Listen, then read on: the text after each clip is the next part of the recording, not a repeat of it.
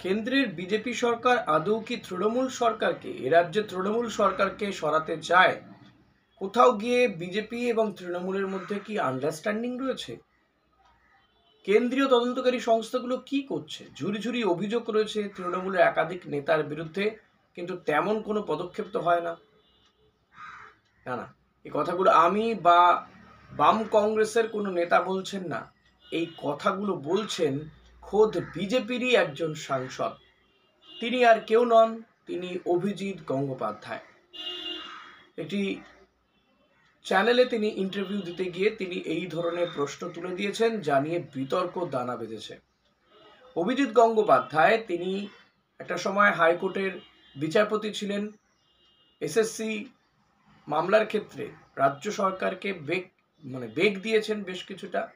হয়তো তিনি যা তথ্য পেয়েছেন, তার সামনে আইনজীবীরা যে তথ্য নিয়ে এসেছিলেন, তার ভিত্তিতেই তিনি সেই মামলার রায় শুনিয়েছেন।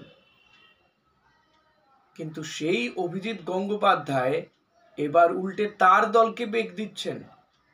তিনি বলছেন যে কেন্দ্রের সরকার আদৌ কি মমতা বন্দ্যোপাধ্যায় সরকারকে সরাতে চায়, তাদের এর সদিচ্ছা নিয়ে, মানে কেন্দ্রীয় বিজেপি নেতাদের সদিচ্ছা নিয়ে প্রশ্ন তুলে দিয়েছেন অভিজিৎ গঙ্গোপাধ্যায়। তার বক্তব্য, তৃণমূলের একাধিক তাবড় নেতাদের বিরুদ্ধে ভুরি ভুরি অভিযোগ রয়েছে, কারো বিরুদ্ধে তেমন কোনো তদন্তই হয় না, তদন্তের কোনো অগ্রগতি হয় না, ভালো করে জিজ্ঞাসাবাদ করা হয় না। এই ধরনের প্রশ্ন কিন্তু তুলছেন অভিজিৎ গঙ্গোপাধ্যায়। যে প্রশ্নগুলো কিন্তু বামেদের বহু নেতা তুলেছেন, বিকাশ রঞ্জন ভট্টাচার্য তো বটেই, অনেক নেতা তুলেছেন। কংগ্রেসের পক্ষ থেকে যে প্রশ্নগুলো তোলা হয়, সেই প্রশ্ন কিন্তু এবার তুলছেন অভিজিৎ গঙ্গোপাধ্যায়। অভিজিৎ গঙ্গোপাধ্যায় আর একটা গুরুত্বপূর্ণ কথা বা আর একটা গুরুত্বপূর্ণ প্রশ্ন তুলেছেন। তিনি বলছেন যে ওই উত্তর ভারত থেকে বা হিন্দি বলয় থেকে কোনো নেতাকে এ রাজ্যে নিয়ে এলেই, রাতারাতি এখানে ভোট করালেই যে বিজেপি জিতে যাবে আর ক্ষমতায় চলে আসবে, এমনটা নয়। তারা এসে কিচ্ছু করতে পারবে না। অর্থাৎ তিনিও কিন্তু এ রাজ্যে বিজেপির যে সংগঠনের কি হাল, বিজেপির যে কি অবস্থা, সেটা কার্যত চোখে আঙুল দিয়ে দেখিয়ে দিয়েছেন। এবং কোথাও গিয়ে এই উত্তর ভারত থেকে বা হিন্দি বলয় থেকে এই যোগী আদিত্যনাথদের মতন নেতাদেরকে নিয়ে এসে প্রচার করলে, বা এই যে বানসালকে নিয়ে এসে তাকে দায়িত্ব দিলে যে ভোটে বিরাট কিছু পরিবর্তন ঘটাতে পারবেন না তারা, সেটাই কিন্তু বোঝাতে চেয়েছেন অভিজিৎ গঙ্গোপাধ্যায়। আমরা জানি তৃণমূল কংগ্রেস গত নির্বাচনেও কিন্তু বহিরাগত তত্ত্ব সামনে নিয়ে এসেছিল, আর অভিজিৎ গঙ্গোপাধ্যায় সেই তত্ত্বতেই কোথাও গিয়ে শিলমোহর দিয়ে দিলেন যে বাইরের লোকদের নিয়ে এসে কিছু হবে না, কারণ এরা কেউই বাংলার মাটি সম্পর্কে তাদের কোনো জ্ঞান নেই, বাংলার মানুষের মন বোঝেন না, মনন বোঝেন না, কিচ্ছুটুক বোঝেন না। তাই এদেরকে দিয়ে এবারও এই 26-এর নির্বাচনী বৈতরণী পার হওয়ার কার্যত অসম্ভব। তাই 26-এর ভোটে বিজেপি যে ক্ষমতায় আসছে বলে কেউ লাফালাফি করছেন, অভিজিৎ গঙ্গোপাধ্যায় কিন্তু তাদের সেই লাফালাফিটা এক ঝটকায় থামিয়ে দিয়েছেন, বা তাদের এই দিবাস্বপ্নে জল ঢেলে দিয়েছেন। তৃণমূলের কাউকে দরকার নেই, বিজেপির সাংসদ, বিজেপির নেতারাই কিন্তু এই কথা বলছেন। অর্থাৎ আমরা দেখেছি বারবারই কিন্তু এই তথ্যই সামনে এসেছে। এমনকি মুকুল রায়, যিনি এখন অসুস্থ, তিনিও কিন্তু বলেছেন যে বিজেপি বাংলার দল নয়, আগে বাংলার দল হতে হবে। বাংলা বাঙালির মানুষের মন মানসিকতা বুঝতে হবে বিজেপিকে, আর এখান থেকেই নেতা তুলতে হবে, এদেরকেই দায়িত্ব দিতে হবে।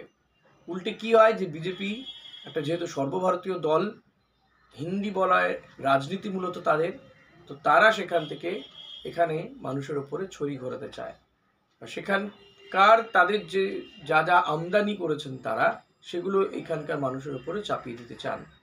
যার ফলস্বরূপ মমতা বন্দ্যোপাধ্যায়ই থাকছেন ক্ষমতাতে, এবং বিজেপি তেমন কোনো সুবিধা করতে পারেননি।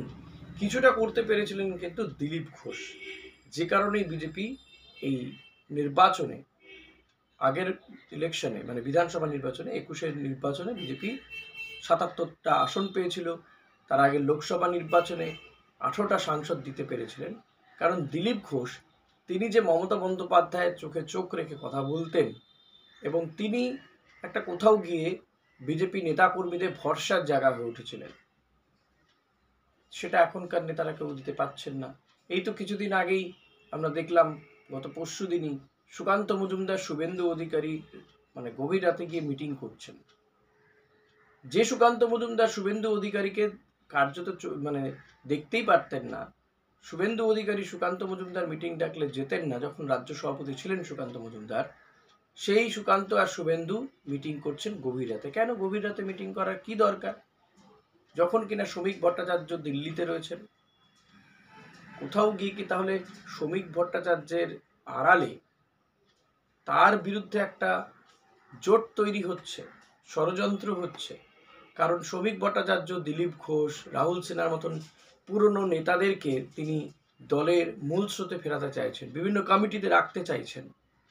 সেটাই কি কোথাও গিয়ে শ্রমিক ভট্টাচার্যের জন্য কাল হয়ে যাচ্ছে?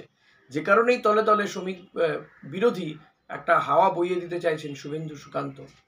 আর এটা যদি চলতে থাকে তাহলে তো ওই 26-এও ক্ষমতায় আসা বিজেপির জন্য স্বপ্নই থেকে যাবে। আর সে কথাই বলছেন কিন্তু অভিজিৎ গঙ্গোপাধ্যায়। ভালো করে ভেবে দেখুন, অভিজিৎ গঙ্গোপাধ্যায়ও কিন্তু শিক্ষিত মানুষ, তিনি আইনজীবী। তবে অনেকেই তার এই বিজেপিতে যাওয়া নিয়ে প্রশ্ন তুলেছিলেন যে তিনি হঠাৎ করে বিজেপিতে কেন চলে গেলেন, এবং যখন তার একজন বিচারক হিসেবে বা বিচারপতি হিসেবে তার কিছুটা মেয়াদ বাকি ছিল, সেই সময় তিনি হুড়োহুড়ি করে পদত্যাগ করে তিনি চলে গেলেন কেন? তিনি এক্ষেত্রে ব্যাখ্যা দিচ্ছেন তিনি মমতা বন্দ্যোপাধ্যায়কে সরাতে চেয়েছিলেন। কিন্তু কেন্দ্রীয় নেতাদের, বিজেপির কেন্দ্রীয় নেতাদের যা ভূমিকা, কেন্দ্রীয় সরকারের যা ভূমিকা, তা নিয়ে কিন্তু হতাশ তিনি। আগামী দিনে হয়তো আরও কিছু বিস্ফোরক দাবি করতে পারেন, বিস্ফোরক বক্তব্য তার মুখ থেকে বেরিয়ে আসতে পারে, যদি না ইন বিটুইন তাকে দাবানো হয়। দেখা যাক আগামী দিনে আর কি বলেন। তবে এর ফলে বিজেপির অন্দরে যে ক্ষোভ বিক্ষোভ বাড়বে এবং একটা আবারও বিভাজন তৈরি হবে, অভিজিৎ গঙ্গোপাধ্যায়কে নিয়ে যে বিড়ম্বনায় পড়বেন শুভেন্দু অধিকারী, সেটা বোধহয় আর বলার অপেক্ষা রাখে না। আড়ালে কিন্তু মুচকি হাসছে তৃণমূল কংগ্রেস। যাই হোক, আজকের ভিডিও এখানে শেষ করছি। ভিডিওটা ভালো লাগলে লাইক, কমেন্ট, শেয়ার করতে ভুলবেন না।